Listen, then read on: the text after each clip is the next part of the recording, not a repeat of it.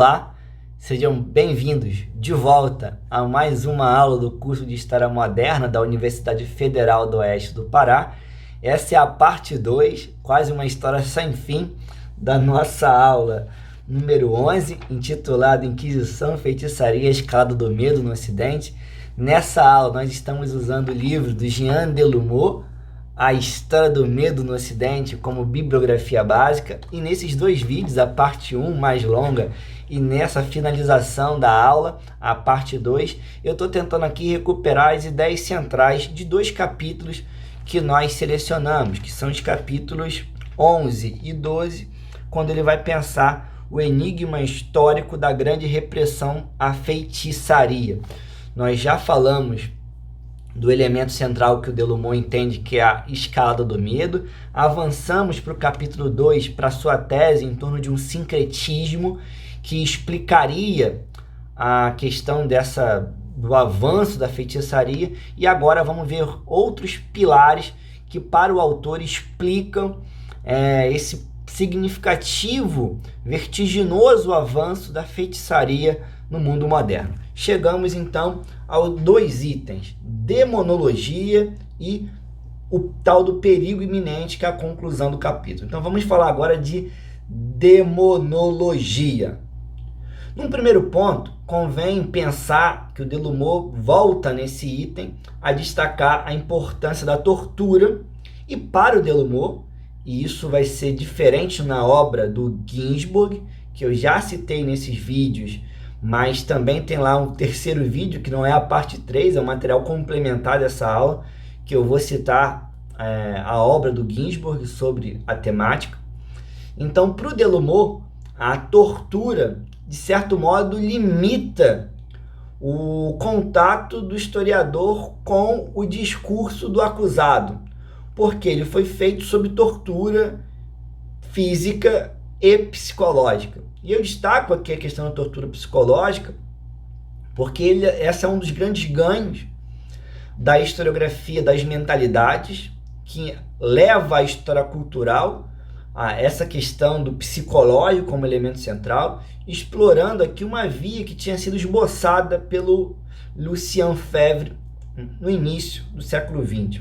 Hoje, ou pelo menos depois da profunda repercussão da obra do Freud, da psicanálise, cada vez mais as ciências humanas também se aperceberam da importância de pensar essa dimensão da psique, essa dimensão do psicológico nas experiências. Então, inclusive, cresce, e é bom também estar crescendo no Brasil, as discussões sobre a história das emoções, tá? Não vou entrar nisso, porque senão acabo falando demais e vamos para mais um vídeo interminável, tá? Daqui a pouco já vai virar lá a aula de moderna maior do que o Harry Potter. Brincadeiras à parte, para falar dessa demonologia, o nosso autor está pensando como que ela estabelece, nesses manuais de inquisidores, por exemplo, um saber erudito, e novamente para o Delumeau há um saber erudito e um saber popular, identificáveis, e essa demonologia estabelece, por exemplo, um repertório de crimes, identifica e oferece a esse inquisidor, a esse juiz, um repertório de acusações e casos. Então ele vai contando ali de casos que aconteceram em determinada cidade, em determinada região, em determinado ano, em determinado século. Então esses manuais contam casos e vão formando uma cultura acerca do que são os casos de feitiçaria. Outra questão importante que o nosso autor destaca é que esses manuais de demonologia, eles oferecem um modelo de como interrogar. Então, cada vez mais eles demonstram nesses modelos a centralidade que algumas práticas de tortura física e psicológica poderiam ser usadas para obter uma confissão. Então, esse manual ensina o outro a julgar, a conseguir uma confissão. Então, para o Delumeau, ele vai discutindo isso em diferentes partes desses capítulos, mas nesse momento do texto, ele está preocupado em mostrar que se, por um lado, a gente tem esse sincretismo popular tem essa, ele chama, né, de uma magia popular, de uma civilização mágica, principalmente no meio rural. Ele vai para o lado da erudição agora e mostra como que dentro desse universo eclesiástico, dentro desse universo erudito, se forma a questão da demonologia, né? Então, para o Delumeau, pensar demonologia é pensar a cultura dos juízes que faz descobrir feiticeiros e feiticeiras. Então, o Delumeau está entendendo que ao ler o manual, as pessoas reorientam o seu olhar para criar uma categoria, né? Elas introduzem uma nova referência e passam a classificar algumas práticas que para o Delumeau não são paganismo, são apenas manifestações de um sincretismo, passam a identificar como aquilo como bruxaria, feitiçaria, um feiticeiro e uma feiticeira. Então esse repertório de casos que vai se avolumando e ganhando múltiplas edições a partir do século XIV, para o Delumeau está diretamente responsável para o avanço no número de feiticeiras e feiticeiras acusadas e executadas ao longo da Idade Moderna. Chegamos assim ao nosso último tópico da aula, o nosso último tópico do texto, que é sobre o perigo iminente, né? Então o Delumeau, de certa forma, ele fecha essa sua interpretação voltando ao seu fio condutor, que é uma ideia de um medo endêmico. É como eu comecei lá o vídeo da parte 1, um medo que se estabelece e se estrutura nesses séculos. Para o Delumeau, a gente tem diferentes formas de enxergar esse medo iminente que se estrutura no período. Por um lado, a influência do pensamento aristotélico.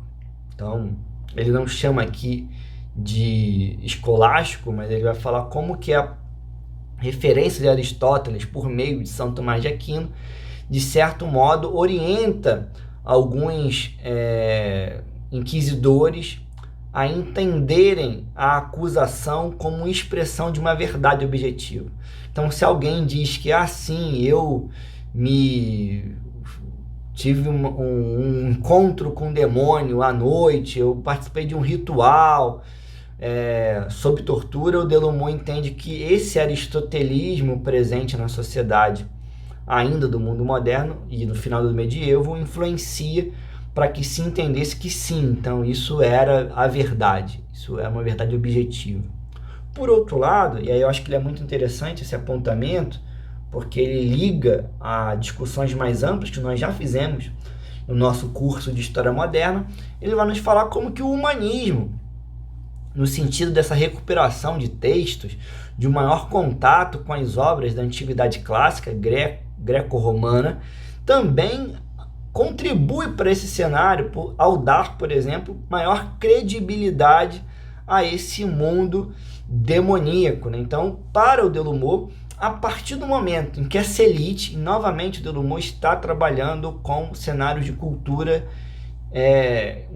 distanciadas, ele vai nos dizendo que é uma cultura erudita que aumenta o seu fosso frente à cultura popular. Essa é uma chave importante para a gente diferenciar o que o Delumeau está fazendo, por exemplo, o que o Ginsburg vai buscar fazer nas suas diferentes obras sobre processos inquisitoriais, sobre feitiçaria. Para o Delumeau, há uma cultura erudita, há uma cultura das elites que se afasta cada vez mais, que amplia o seu fosso de distanciamento para a cultura popular. E isso amplia o medo e amplia as buscas de coerção, de ir contra a cultura popular, né? Então, o Delumeau não está avançando a discussão de cultura popular. Essa é uma marca das reflexões do período. Para os interessados, abro parênteses, cito a obra do Peter Burke sobre a cultura popular na Idade Moderna, que não vai por essa linha da feitiçaria, mas que é uma reflexão muito sólida sobre como pensar a cultura popular no período. Mas o Delumeau está apontando nessa direção de uma problemática que é maior até do que ele se propõe discutir no livro, que é de como existe uma cultura erudita que, de certa forma, combate por medo, para o Delumeau, práticas populares, práticas que, mais uma vez, ele entende como sincretismo, ele entende que são, de certa forma, cristãs, ele entende que são expressões de um pensamento mágico presente nessas camadas mais populares. E, para o Delumeau, contribui para esse medo das elites, contribui para esse medo do saber erudito, o maior contato com as obras da antiguidade, que são permeadas de história, de magia, história de feiticeiros e feiticeiras, histórias desse mundo mágico greco-romano. Então, para o Delumeau, isso daria mais credibilidade à existência de um verdadeiro mundo demoníaco agindo por meio dessas feiticeiras e desses feiticeiros populares no mundo moderno.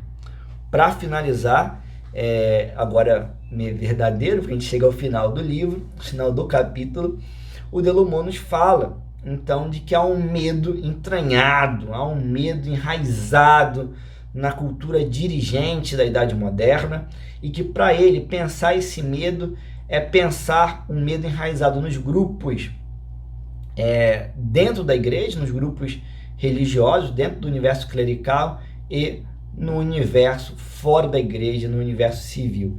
E por isso eu coloco aqui uma última citação para a nossa aula, página 387, 388, abre aspas.